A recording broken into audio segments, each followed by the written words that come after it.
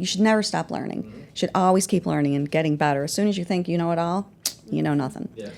Welcome to the In the Arena podcast. My name is Jared Miguez, a co-host on this podcast that brings you the inspiring stories of our clients who are leaders and innovators across different industries in Southeast Louisiana.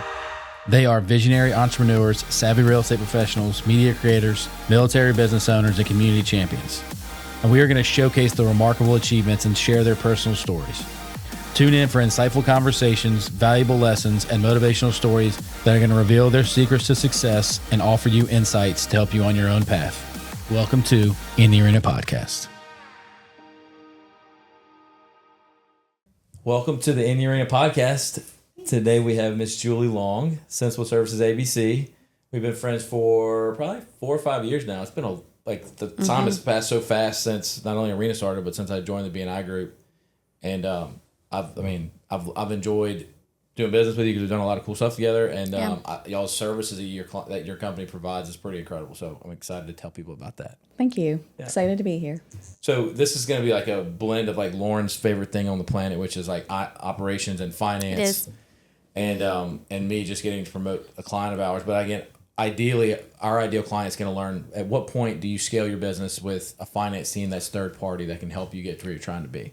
And so Sensible Services ABC is a provider of those things, right? You help businesses financially scale. So let's talk about a little bit about what y'all's company does. We're a full service firm that starts businesses from the very beginning, ground up, through to where they're either going to sell the company or have a succession plan in place. We do everything from the bookkeeping, payroll, consulting, regular tax preparation, as well as tax consulting and tax planning. Tax planning, yeah. Yes, sir. That's the best part. And I love how you talked about like scaling up and then succession planning for business owners too. And we talk about succession planning all the time, and business owners think, well, I'm going to be dead and gone by that point. Ideally, you're not dead and gone. You have a plan of passing on this business or selling this business to somebody else and benefiting from that while you're still alive. Exactly. You know, and like it's a foreign idea because people just think that this is my business. I'm going to operate this the rest of my life. This is what I'm going to do. And I don't know what I would do if I didn't. So this is what I'm going to do until I die. And then they get to where they're 65 years old, 70 years old, and they're like, wait, hold on. I didn't get to benefit from the hard work that I did to be able to just enjoy my kids, my grandkids, and explore. So I want to definitely get to that more. So as a business owner is growing, there's a point in time in which you're not able to hire somebody who can offer these services, right? You can't hire lawyers necessarily. It's not practical to do that. You can't hire somebody. At what point do you advise a business to say, it's time for me to reach out to somebody to help with my finances? Well, that's kind of a loaded question because... Day one. No. Yeah. Well, they need advice day one. Agreed. Yeah. To where we've seen too often where somebody does start out because it is expensive to start a new business, and then they go to buy a house or get a loan and their books aren't in order and it really affects them. So I would say to definitely get consulting first. One of the services that we do offer is that somebody that wants to do their own books as they're starting out will actually do reviews for them, say quarterly, and just go through and kind of help out so that from that beginning process until they can use our services in full, we can help them to navigate some of those, to where they can get there more successfully. Yeah. And they wind up saving money when they do it that way, because that's what we advise, right? I at least like to connect them with someone that matches their personality, that can help them start the right process. But if you're looking at that quarterly, you save money paying quarterly than you would trying to clean an entire years of books that are screwed up when you need to go file your taxes. Yeah. Exactly. And I don't think they understand that benefit sometimes. So oftentimes when they're coming in, even if it's these small, let's just use landscapers as an example, like one man show, wants to start cutting lawns, wants to start the business. I'm going to start talking to him about, okay, do you understand a P&L and a balance sheet? A what? Right? And I'm like, all right, let me connect you with the right people, right? That can walk you through what that looks like at the basic level. And I think the beauty behind your business and a few other of our referral partners that operate the way that you do is you're willing to help that startup and fit their needs and their cost structure at that point. And when that guy turns into 30 guys, that's doing the entire region, that's when they can then offer even more services. Like that scalability of local business and understanding the breadth of small business is what's so important to me. Totally agree. One of the other things that we offer that so many others do not is that you hit it on the head of the financials. People know profit and loss, Yep. balance sheet, but they have no idea what those numbers mean. Nothing. They don't even know what goes on it. I mean, how often do you hear people talking? They're like, I can't find this on the P&L. It's like, because it's on the balance sheet. Right. And until they understand what those amounts represent, they're not going to understand their why. And Yeah. once they understand their why, then in the difficult times of growing their business, it helps get them through that. Right. And they'll make better decisions. So like when you're meeting with someone, and again, I'm just trying to paint a clear picture for this, like the advice you're giving. You know, one of the things we talk a lot about is during busy season, there's always more cash flow in the bank that we can start paying for more things, and we can have more in cash reserves. We can have things stashed away for whenever the rainy day is going to come or the slower season. Like, are you having that type of conversation with them whenever you're having those quarterly meetings with people? Absolutely. And what those profit margins should look like. It's not about just making the bills. It's about making what is your profit margin now? Where do you want to grow to? And where do you want your profit margin? Where does it have to be to get you there? Yeah, we have a few different percentages and ratios that I look at throughout the year, and that's always my status of healthy. And it'd be like, this might look ugly here, but it's okay because we're maintaining our ratio. So I don't think people generally understand the health of a business when it comes to a financial standpoint. So if you could coach somebody through that when they start a business, they're not going to fail. Right? That high percentage of people that fail is oftentimes because they don't know what healthy business is. Customer service is important, and that is how you get your business, and that's generally what they're good at. But that's what they feed off of, right? We're relationship-based people, and so our emotions go with how our clients feel. But sometimes your books can be really crappy, and your relationships still be really good. And is there rules of thumb? I mean, I know Lauren has rules of thumb, and I know her answer to this, so I'm asking you, not her. Okay. So that was, be quiet, Lauren. Yeah. So like when you're meeting with a business, and like, do you have rules of thumb based on the industry and the dynamics of the business to say, like, this is what our target is and this is where we're at, to be able to have that conversation and help them understand in a simpler way? Like, if I see a bunch of financial statements, I'm not looking through all that. I mean, like, I'm not gonna, it's just not my I don't find that fun, and I have a partner who does that. But I do like to know what our numbers are, and like we'll be in a meeting and we'll be running through the numbers, and she'll see me get my calculator out. She's like, I got that number already calculated for you, Jared. She knows I just want the quick ratios to know, okay, like, where are we at in our process of progress of getting where we want to be? How do you figure that out with a client? Well, it is, to answer your question, it is based upon the industry. So the ratios are going to be different per industry because some are more solid and more consistent, and others you have a much bigger up and down, and those are going to have to be able to stabilize themselves during those times.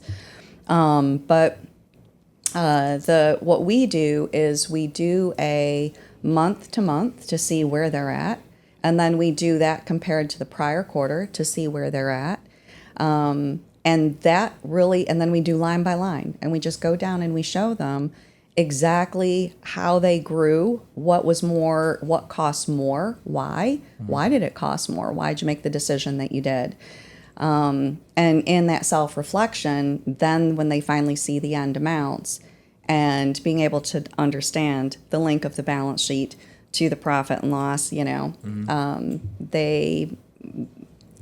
them understand the financials is my win. Yeah, for sure. Getting clarity around that. It is. That's when they become a business owner and not an employee of their business, not that Small Business USA one-man show. You watch them transform into an entrepreneur. Yes, ma'am. So let's talk about tax planning, because I feel like my dad's always told me growing up that your tax bill is going to be the largest bill you have in your entire life, right?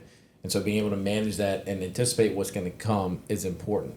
And so, I believe that there's a fine line between understanding it and going down the rabbit hole of trying to be so creative that it doesn't make sense. Because you'll see some business owners, they'll hear something on the internet and be like, let's do this crazy tax thing. And it doesn't make any sense, right? Let's see, I've gotten, can we bury someone on our property to avoid property tax? I'm like, what? You see all kind of stuff. And you see all that. It's impractical. And a lot of those things you see on the internet, paying your 2-year-old kid to come and like shred paper at the office. Like, I mean, all that in theory is great. Or using your office as a company retreat for a weekend. Like, you're going to invite your whole staff in the office and use it and be able to write off a couple of days. All those little things. I mean, I guess there's a point to all of it. But like, when you're talking about tax planning, what does that mean to you and your firm? It's got to make sense of what you're doing. So as soon as you start raising up into the tax percent of what you're paying, that's when it's time to start looking how to navigate those finances better. So knowing where you're going, what your goals are, and then because those goals are different for each person. And so that tax planning piece, are they going to want the future profits in order to use it to grow? Well, then you don't want to lock it up. So there's various, a lot of questions and answers that come along. If you want to use that to grow your business, you don't want to lock it up. Explain that. What do you mean by that? Y'all both agree? We have a client right now, right? And we're working, and again, I always recommend that you have your CPA, your financial advisor, and your attorney all on the same page for this exact reason whenever you're doing true planning. But it'll be one of those situations where it's like, okay, we have 2 litigation files pending, right? And so we have to have a forecast of the success or the liability that we're going to have for those. You have expanding locations into another state, so you're about to buy another building, and so you know that you're going to be putting money towards that effort. Or you've already purchased a building, but you have to furnish it, and you're renovating it, things like that. But then over here, they're saying, okay, you need to go spend. And so it's like we need to all sit down, at a table and say, yes, we need to spend, but we are going to be spending X, Y, and Z in the next 6 months, 9 months, potentially a year. And so you could actually get that number of what reinvestment you need to make, right? What does spend mean? Why would somebody spend? Because you make other investments. Like sometimes you'll say, okay, I'm an entrepreneur now. I like to invest. Let me go find somebody else that wants to create a new business that'll probably have 3 years of losses. And so while I am cash piling right now, I can take the losses of those new investments while it's cash piling. And then also in the future, that can generate income for you in the future. So it factors into tax planning in a different way. But you're getting the benefit of it right now while you're making that investment. Yeah. Similar to what we do with all the entities under our umbrella, right? We're deciding that, yes, we are X profitable, and I have that money stashed for our tax bill, but it's nice when we can take losses on our newer ventures that are coming, and that's how we get those bonus checks, of the money that we've otherwise stashed away. That's my example. Sorry. Yeah, no, it's a very good one. And on a personal level, where you're dealing with owners, it's are you going to need that money in the future for something different where we can't lock it up, say with the IRS? I'm sorry, with an IRA. You don't want to have penalties and things that are going to be put upon the client if they're going to need that money, right, 5 years from now. So all those things have to be. Different vehicles you can stash money into that money's growing, yes, but that you could still tax free, but then you can still take money out, and so you got to be very careful on those. But there's different caveats to them. Yeah, and so when you're meeting with your attorney, your CPA, your advisors, you get all the options. Yeah, and so how do you facilitate that, right? I mean, I'm a business owner, and I'm not the one that people are coming for tax advice and financial advice to. So if I'm going to meet with you guys, like, how do you facilitate that? How often are you encouraging all the people to get together, and what type of conversations are you having, and are you preparing for when you walk in the door? How do we want to, or what do the business owners do? Right? So true. So true. From an attorney, practically, it's when there's a problem. Yeah. I'd like to know what you would like to see, or what you're preparing to bring, and what you and your team are bringing to the table. So when you have that conversation, it's an effective conversation. Who wants to go first? For us, we have a questionnaire that helps give us the answers that we need in order to go to the next step.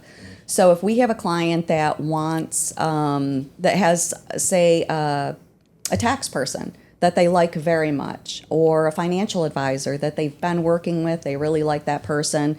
We love working with other professionals in our field. But if they don't, then we make sure that we can fill those pieces as well. And getting that information from the different people that they do work with and that they do trust, and trust is really the big issue. If they have somebody that they're working with that they already trust, that they want that person brought in on that conversation, it jumps you so much farther ahead in getting things done to have that person part of the meeting. Amen. Yeah. I mean, I would love to say that it would be a quarterly thing, but practically speaking, most of our business owners, that's not the case. But then on the other hand, flip side, you have clients that are our GC clients, meaning we're actively doing something for them at all times. Then we're in constant communication way more than quarterly with everybody involved. With some of those big clients. So it's really case by case scenario. I would say most often with small businesses, something pops up, and that's how we all have to get together to solve a problem. Well, for us, for our tax planning clients, we automatically do it. Like you said, we have an IM chat system so that we are in communication most of the time. But there is an actual formal meeting that is set every single quarter. And it's in person, Love I it. presume, where you're Whatever they prefer. Yeah, gotcha. All right, the third piece of this too, before we go into how you operate your business, is the succession planning for businesses. Usually, again, when you say that, two things I think pop up in a business owner's head. One, I don't want to talk about what's going to happen to me when I die, and that's what they think is going to happen. Like, succession planning for their business means I'm dead and now somebody's taking over, and they don't realize there could be a transition period that you can benefit from the business longer term. And the second thing they think about when it talks about succession planning is their actual will and those. They don't understand what the succession planning is. Like, what documentation does that look like? And so, how critical is succession planning for a business? We've got people in our lives and friends that have failed to do this, and we've run into situations where it's a difficult thing because then you and I have to step in and help in a different way. Yes. So, how important is it to do that? I'll use myself as an example. So, two things. First of all, you work too hard building a business. You put your blood, sweat, and tears into it, and it is not for the weak at heart. So why would you not want that to continue and be preserved? Amen. So for us, with our firm, I'm looking to retire in the next 5 to 7 years. So it's all stick on the BNI after that? No, probably not. It's like, no, I'm gonna be at the beach, Jared. Yeah. I'm gonna be in the mountains at the beach. Yeah. But our employees, we don't have any attrition. They've been with us from 15 years to 7 years. Most of our supervisors have been 7 to 10 years. It's wonderful. Yeah. And so with that, the favorite part of what I do is being able to be a part of their lives and watch them grow as adults and watch them learn to take over what I do. So it's not just my family, it's not just my business, it's all of the employees' businesses or their families and their income as well. So structuring it to where when I do, we created a succession plan with Arena, which was amazing. Awesome. And it was also part of our will and operating agreement. We did it all at the same time. And so that way, if anything happens to us, God forbid, next week, and Scott and I both kick the bucket, a plan is put in place where the supervisors will immediately take over. And it would be seamless for that to happen.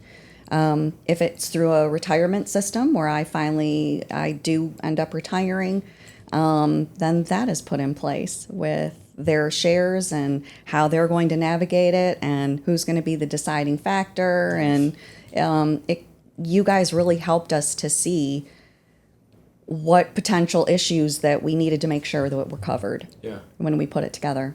So how much did you have your team a part of that conversation? Or was it more of like hey, this is what's going to happen after the process was done? We had them part of it. The supervisors were all part of it. And they know what their roles are and what their responsibilities are and how this is going to operate going forward.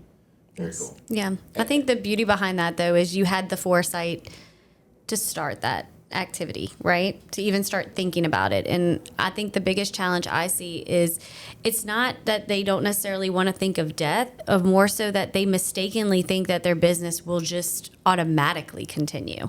It's kind of that concept that I always speak to, that just generally humans don't want to see themselves clearly. You don't want to see your business clearly sometimes too. And if you slow down fast enough, you might not like what you see, right? And so they have this assumption that I own a business, so the business is going to operate, not realizing that they're just working in their business and that there is nothing to pass on. If they haven't established a good transition of relationships, if they haven't put those processes in place that they can train somebody to take over, if they haven't signed an operating agreement with the right parties involved that will have access to be able to operate the estate if, something bad happens. So I love the fact that you're an example of someone that did it right and got ahead of it. But how often do we see that they don't stop and think about it until it's a problem?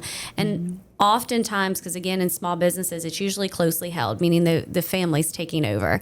And I watch the problem become when you start from paying one family to all of a sudden you have to pay for 2 families, right? Because that son or daughter, they get married, they have children. Everybody's used to a certain lifestyle. They see the lifestyle that the business affords, but that was the lifestyle for that family, right? And so then there starts like, ooh, son and daughter, they don't necessarily operate the same way that mom and dad do. And so we have to have those conversations. So there's, I think, a million different ways that you get to business succession planning. Oftentimes it's when there's a problem, but Julie's example is like a beautiful way of just doing it right. Yeah. Just making the time for it. And this is a perfect transition, in my opinion, to how you actually operate your business, right? So, I mean, like the service you provide allows business owners to scale and grow, but you are also growing a business, and you're scaling your business personally, right? I didn't know you were going to retire in 5 to 7 years, but being that's the plan, I know you're not stopping growing your business during that 5 to 7 years.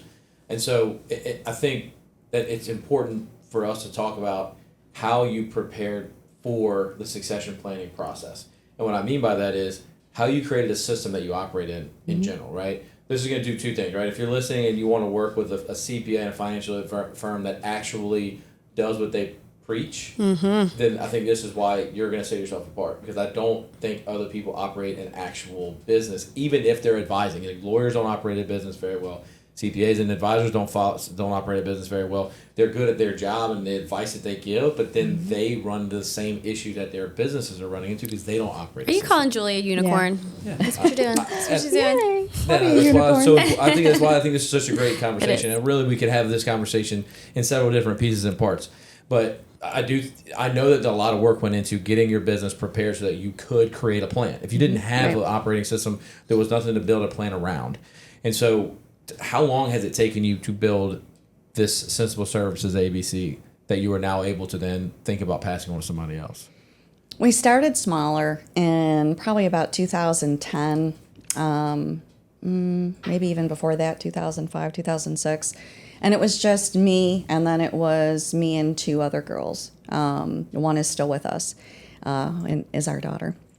Love it. Yeah, and but I incorporated in 16, converted over to an S corp, and that's when I realized that this was growing bigger than what I was, and that I had to make that decision. Is this going to be the income that just sustains our family, and I've got a couple employees, or am I really going to build a business, which is completely different?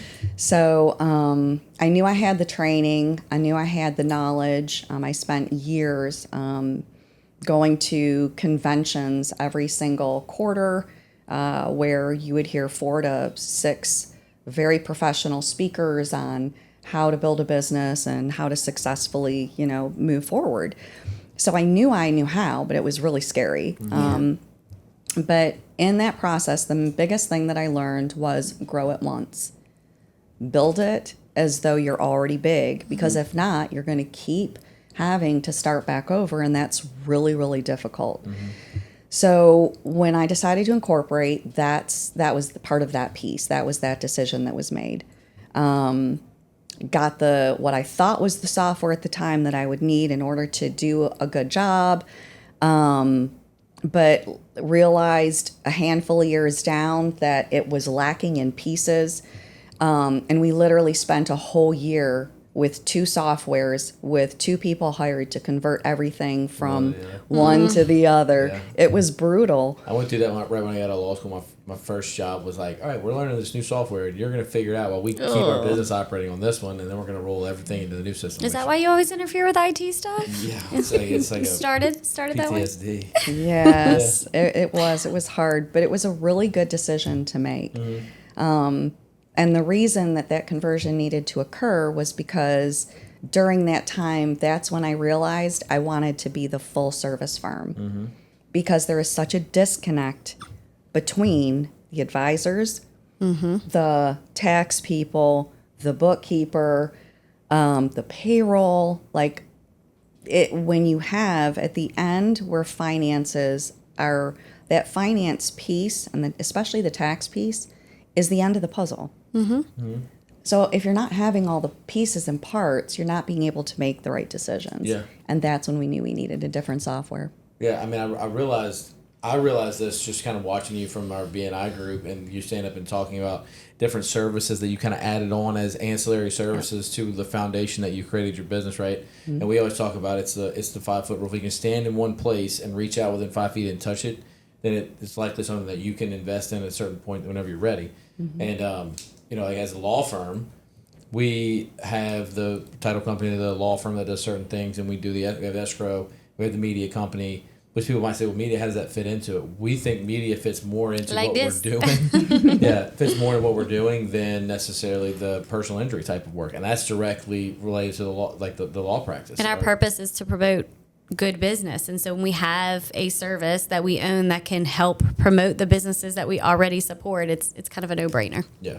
So like, I get what it's exciting to me to watch somebody else who's in their same business scaling and adding things. Like recently, I think the last couple of years when you got your certification to help with the tax planning, right? Yes. And so I remember you standing up at the meeting and being like, she's got a similar mindset that I do and we do about growing our business because we're adding things to help our clients get where they want to be. Yeah. And if you feel like something's lacking, then you're going to try to fill that role for them, that void for them, either yourself personally or hiring somebody to bring on an operator that can offer that service. So I thought that was great.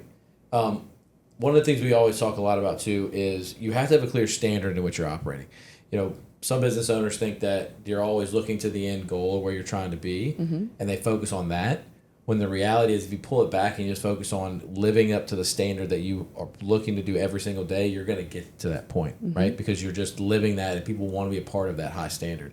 How do you implement that across your company? What kind of a system do you have of accountability, and how do you clearly articulate that, communicate that to your employees? We hire them based upon character, not education. I would rather spend an extra year training somebody who I know has integrity and character, because trust is everything in this industry. You're dealing with everybody's personal information. And so that's your personality test was hugely helpful. It really helped put the employees where they were going to be happiest. So that, and they've watched that work. So I really appreciate that. Yeah, we had an hour training on the DISC assessment. Yep. And I do a lot of talking in those things, but I usually get positive feedback about whenever you can intentionally structure your team in a way that they, like you said, fit their natural behavioral style and the role that they're in. They generally can do it better. They have more bandwidth because they're not overly stressed because they're doing something that's outside of their comfort zone. And they tend to do it better than the person who's in the seat that was not directly fit for that role. Like Yes. you'll find that when you build your system and your team and you hire for character and for personality, and then you teach them how you expect the standard to be met, they're going to be genuinely happier and excited to take on those responsibilities and make it better than the standard you even created. A lot of things that happen around here that I kind of help get started on, at least on the real estate side, I can't even do them anymore because I can't do what those people that are doing. So it's fun to see. Accountability wise, the new software that we had implemented a few years back, it's a very detailed task orientated subtask. And it is where we all have dashboards and we all get to see each other's work. And so one of the things I decided back in like when we first started out, actually, even before we incorporated, was redundancy. So if anything happened to one person, when you're dealing with finances like this and timely things with deadlines, hard deadlines, the IRS does not wait for anyone. They don't mess around. They do not. And so we had where everybody cross-trained. We've done that from the beginning. So that way, if anybody is sick, anything happens, somebody else can just jump in and immediately start helping that person out with what they're doing. And then COVID hit. So we were prepped. Nice. Each time we had one of our daughter, actually, who's our supervisor, one of our supervisors now, ended up in the hospital for over a month with COVID. And so somebody just jumped in and took that place. And it's great when you see it work too. When you have It does. processes and procedures like that, you can. Yes. Right? It's just you got to walk around with that hammer to get everybody to put everything in the system so that can happen. Yeah. But it becomes so natural. Once everybody adapts to it, they love it because it also affords freedom. Like one of my favorite quotes is there's freedom in discipline. If you can be disciplined, that's when you get the freedoms that you're looking for. And it's the same thing in business. You build the systems and the processes, you train people, then guess what? You can take off. right. You can be sick without worry. You can go Yes. on that vacation, whatever you need. And it's security. It's security for the employees. It's security that they're not going to come back from work or Yeah. being ill or out and have all this work that they have to do. And it's most importantly, it's security for the clients. they know that no matter what, the ball will not be dropped. That's awesome. Yeah, you have a team of people. So from Yes. a training standpoint, though, that buzzword is something that's a buzzword for me right now, because we have good people and then train, but training is something we talk about a lot. Like, we got to be better at training and creating a plan. How did y'all go through that training process? Having everybody not only do their job, but also the backup of somebody else's job means they know two roles within the organization. Right. How did you go through that process of getting them up to speed? Once a year, we do a cross training where in our tasks, every job that each person does has a head task. The subtask is step by step on how you're completing that task. And then we test it by having somebody cross train with that person using their subtasks, going down each one in a Zoom we use Teams, in a Teams call with the person that it's their job, and they let them navigate through it. Anything that needs to be changed, it's changed at that time. If the person doesn't interpret what that subtask said the way that the person who typed it in understands it to be. And then each year we go back through and they cross train again, so that it stays fresh in their mind. Nice. That was one of the things in our marketing department that we talked about. It's like, you need to reevaluate your SOPs. That's our quarterly rock right now. But not only are you reevaluating your SOPs, the last piece of that quarterly action item that you're going to be trying to strive to do is to sit down with the person who's your backup and do the tasks with them. If they don't understand it, you need to go back and try it again, because the whole point of this is that somebody can come in and take your responsibility so that you can have some time off or you get sick, like you said. So that last piece, I think, is super important, and it's like, that's some great advice. Like, if you're gonna do this, you got to make sure it works. Right. You got to test the system, and doing it doing it annually is a great idea. How long does it take for them to do that? Is it just like one day where they have to assign or schedule it for a day, or is it a task doesn't take that long? Well, I'll give you the example right now. Last month we did payroll cross training. So it's not every employee, it's just two that will cross train with the payroll manager. And then because payroll, some clients run it weekly, some clients run it bi-weekly. So it was a month that they had.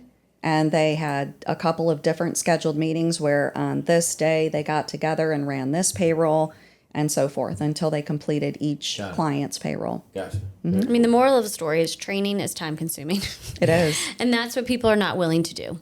They're so, get so caught up and in over their heads, because typically when you're hiring someone, it's because you need leverage. So you're already busy. And rather than approaching it with the mindset of, let me restructure my schedule for the short-term pain, for that long-term gain, they want to, get them in there. They're hitting and missing here and there and giving them bits and pieces of information. And it extends that training process out over 6 months that could have been done in a 1 month period. Yeah. Agreed. And that's when the long hours of the business owner, you have to commit. Exactly. Where You have those to. are your long times where you're in training because you are doing your own work.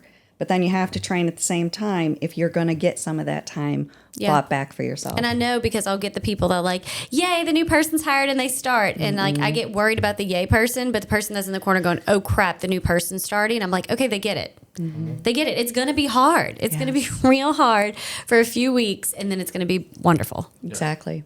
I think that, and putting it in perspective too, I think that if you're a business owner and you're listening to this, it's not necessarily the issue of the person who's playing golf on Friday that is not able to get to the training. It's the one that has the work that's so over consuming them to the point that they need to hire somebody, and they're already overworked. And then knowing you have to take the time, dedicate more time and energy to training is the part of it that I think people are missing. It's not the irresponsible person. It's the one that just has so much on their plate, and they have to put it in perspective of priorities and make sure they're giving themselves the boundary. Like, if you're bringing on somebody, a new staff person, making sure that whoever's training them has not scheduled, coffees and lunches and appointments and all that stuff. They have to scale back a little bit, maybe create a little bit of a backlog to then, like you said, whenever it's time, release that. But it's not necessarily that you don't get to play.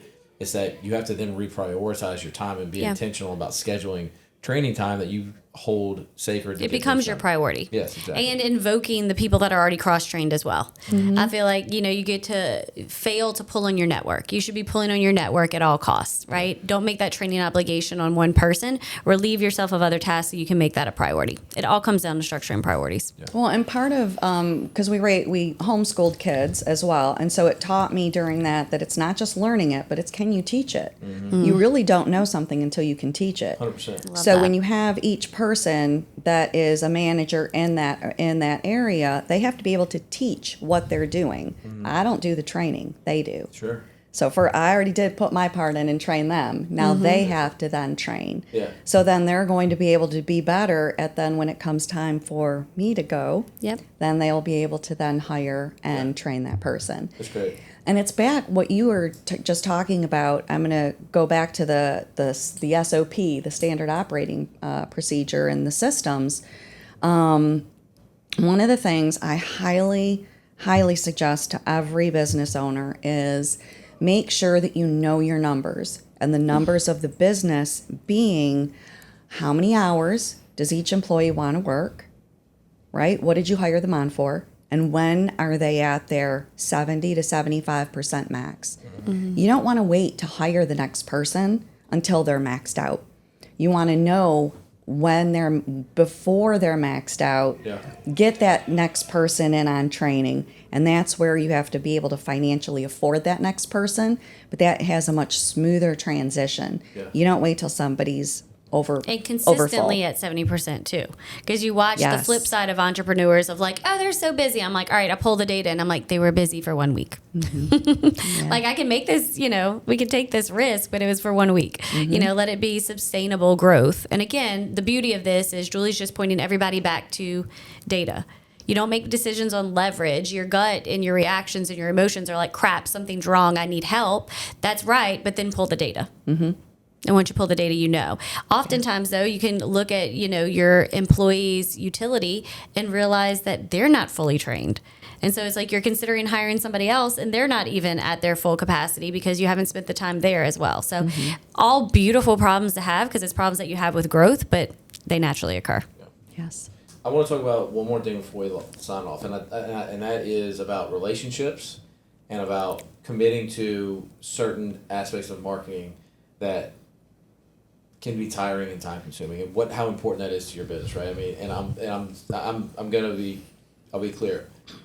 B&I and the networking groups and the people that you've committed to, right? I've been a part of the group for about 5 years now, and people ask me sometimes, why do you drive to Hammond to go to B&I? You've been a part of the group since it was founded. Yes. Which is how long? Over 10 years. Over 10 years. Yes. And so, not just B&I, but the relationships that you've established within that since 2006, 2007, that are the foundation of your business. How do you maintain those types of relationships, and what's your mindset towards them? To me, a referral is always the best. Always. When you have it goes to integrity and character. When you have somebody else that's referring somebody to you, or referring the other way, it goes both ways. Over basic marketing, B&I has been so instrumental in.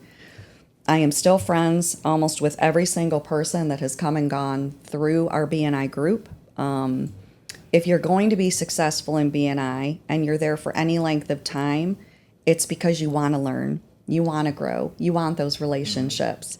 And so I hold tight to those. And it has just created this huge network of friends and referrals. Yeah. Right. It's sort of incredible. And it's almost the advantage that you have if you are fully committed to B&I. You get to be a part of all the cycle of everybody who comes in there. Yeah.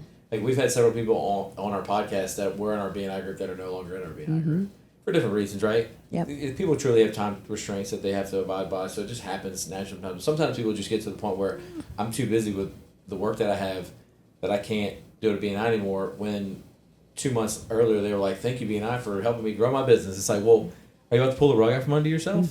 Because it's a part of the foundation that you've used to grow your business. You can't take that away. You have to be able to commit to that. You got to recognize those things. And you have that problem of operations like we talked about, and then the service that you're offering, but then the commitment to maintaining the level of business that you have, and it all goes into that. And it's all, like you said, it's all about relationships. And people see the dollar tag on BNI. First thing, sometimes they're like, it's too Cheapest expensive. marketing ever. You know, they don't want to pay for it. Or two, they think the time commitment. You don't want to spend an hour, 15 minutes a week out of your office. But if you think about it practically, it's learning based, right? I mean, at least when I'm doing the education and when certain people are doing education, they're talking about how to grow your business and be better business people. Who would not want to be a part of that type of a conversation, right? And the second thing is, it's like, it truly is, if you're looking to scale your business and you want to have more people that know who you are, not have to even pay them, then what better way than to have 15, 20 people in a room that are there to learn how they can find somebody for you that'll help you grow your business. And so I think it's all about the people, though. You know, I think networking groups 100%. get a bad name because some of them don't treat them like they should be, right? Like, you need to find a group of people that align with your value system. Agreed. When you do that, that's why you stay. That's why you drive to Hammond, 100%. right? Because you value and you trust the people. They operate at a standard that you operate, so you're comfortable sending business. When people join networking groups and they're like, okay, I'm charged with and being forced, I have to go refer somebody business, and they just met everybody in the group, like, that's not, I have a group in Slidell. It's not how we operate. And sometimes people find it casual, but we absolutely trust what every single person there does. And when a person comes and goes out of our group, it's because they don't rise to our standard. And I was going to segue into that as well, that it kind of goes back to, are they going to work in their business or are they going to create a business? And so if they leave BNI, most likely they're going to work To just stay their- working for in their their business. Yeah, they're going to stay They're working not in their growing business. a business. If you're going to grow a business, you're going to stay in BNI. Right. Absolutely. Because you automatically understand the value, and you like the fact that networking group forces you to think on the business every single week. Like, there's a perspective switch when you go to that type of meeting rather than just go sit at your desk and open up your email. Yeah. And that's healthy for a business owner or a salesperson. Absolutely. I mean, I feel like when people come into our group, there's like a special like level of business owner that's there, right? I mean, like, there's not a lot of groups that have somebody like me, somebody like you, and Brett, and these people who are truly know and are good at their job. You know, like, you get some Right. of these BNI groups and they're just like people trying to hold on to and find some opportunity to kind of have you have to send me work because we're in this group together type of a deal. And you Like, see that. You feel it because it's Oh, not 100%. authentic. It's 100%. not authentic relationships. And Yeah. they do weed themselves out. They do. They weed themselves out very easily. And But, it's so- and it's that's so- why I like my group. Yeah. You know, you just got to stick and find your people, and that will happen. And that's what, like, people, I have business owners all the time that'll say, I want to join a BNI group. I'm like, well, there's 8 of them. You should go visit every one of them because the vibe's going to be different in every one. And you might not fit in with the first one that you come across. And it may take you time to get into one. You might have to put your name in the hat and then tell me when the spot comes up, let me know. I mean, that's what John did. I mean, we put our name in the hat at this group, and it took a year. But once we got in, John was the president 2 months after he started, even though I told him not to. And John, I still can't believe you did that. yeah. And but he fit into the group immediately, right? And so you just know that. And so, again, I just think it's so important, like, that when you're growing your business, especially in a small community like ours are in, right? You have to build the relationships, put in the time, and you can't pull the rug out from under yourself. You can't. By walking away from something that helps you get your foundation started. Even if it was a portion of the foundation, take a piece of that away, you're not going to be as sturdy of a business. And I mean, just to justify, I got a bug bite on my legs, trying to scratch them off. I mean, just to talk about how important it is and how great ours is. We have people who drive from Slidell and Mississippi all the way to Hammond every single Thursday. They might walk in 5 minutes late, but they're driving and they're committing their time to do that. And I mean, they get value out of it. And so It's a good group. I visited. Yeah, it is. I went It's a couple amazing. times. I enjoyed it. it's really fun. And we talk a lot about, too, understanding your ideal client and being intentional about who you're marketing to, but understanding your value within an organization, right? So, like, we talk about how we can send anybody to any marketing event, and if you clearly understand who our ideal client is, right, then you can speak in your own way within the role that you're doing to help generate business for the firm. If you're a processor and you have to go to a marketing event, this is what I do. I'm looking for the business owner that's a real estate investor that wants to send us work. They understand systems so they can go grow their business, right? So that's what I do. And, like, they can talk that. If you're marketing, you can say, I help promote the podcast at Arena. And if you know a business owner that wants to grow their business, here's a conversation with Julie Long so you can learn it. Like, you can be intentional about it. You don't have to be nervous that you have to stand up and be a lawyer or an accountant and you go stand and sub for us, right? And so, again, it's just having clarity around the system that you operate in, understanding how marketing is a part of it, how you got where you're going, and how you create a plan for successfully scaling out of your business is key. And regardless of what business that you're opening, you're really good at that business. That's right. You're not good at everything else. Anything else? Anything else? Usually. Anything else, right? Especially because of the way that the DISC assessment and different personalities. So the excellent, incredible plumber is not going to have the same skill set as the doctor. And so B&I provides that training, those extra pieces, the learning curve, I've learned something from every professional that comes through our B&I group. You should never stop learning. You should always keep learning and getting better. As soon as you think you know it all, you know nothing. Yeah, for sure. So B&I is wonderful. It's not what It's not what you don't know that gets you in trouble. It's what you know for sure that just ain't so. Mark Twain quote. There you go. Right? Don't ever think you know it. Yeah. And I feel that way in law. Like I love when another attorney comes and they want to start just giving code numbers to me all the time, like article such and such. I'm like, well, I don't trust them. Yeah. Like I can in theory argue anything with you, but I ain't gonna memorize a code article that I don't need to. Yes. Wait. I think that it's critical to know that there are businesses out there like yours, and to get in front of people like you as early as possible, even if you're just thinking about starting a business, to be able to plan the starting phases of it and what it's cost is going to the investment you're going to have to make, and part of that is making sure your lawyers and your accountants are involved on day one, so they can help you make the plan so that you can run Please faster. And thank you. Yeah. Yes. You run faster when you start. I think it's critical. So thanks for coming. You did great. Thank you for offering the Thank services you for you having do. me. Yep. It was a great Appreciate you conversation. both.